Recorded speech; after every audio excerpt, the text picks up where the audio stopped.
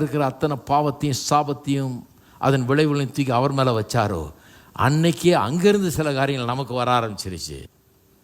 அதை எப்படி சொல்லலாம்?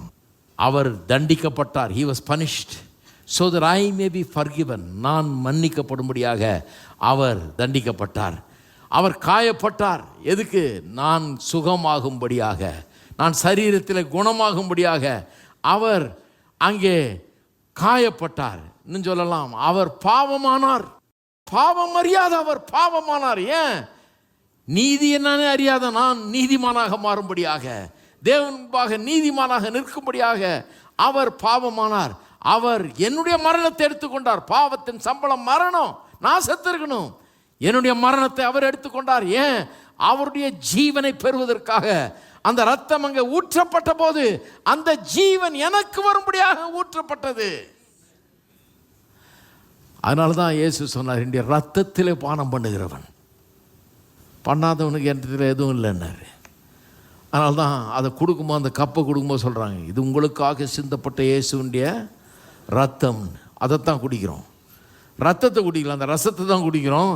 ஆனால் உண்மையிலேயே எதை நாம் பருகி இருக்கிறோம்? அவருடைய ஜீவனை. அந்த ரத்தத்தில் ஓடுகிற அந்த ஜீவனை நாம் பருகி இருக்கிறோம். அவர் மரணமானார் நமக்கு ஜீவன் உண்டாகும்படியாக. அவர் சாபமானார் நாம் ஆசீர்வாதத்தை அடையும்படியாக. அவர் தரித்திரரானார். நம்முடைய கர்த்தராகிய இயேசுவின் கிருபையை அறிந்திருக்கிறீர்களே, அவர் ஐஸ்வர்யமுள்ளவராயிருந்தும் நம் நிமித்தம் அவர் தரித்திரரானாரே, நாம் ஐஸ்வர்யவான்களாகும்படி தரித்திரரானாரே என்கிறது. நம்முடைய தரித்திரத்தை சுமந்தார் நாம் ஆசீர்வாதமாகும்படியாக, அல்லது தேவனுடைய ஏராளம் தாராளம் என்ற நல்ல ஆசீர்வாதங்கள் அனுபவிக்கும்படியாக. நம்முடைய அவமானத்தை சுமந்தார் நமக்கு மகிமையை கொடுக்கும்படியாக.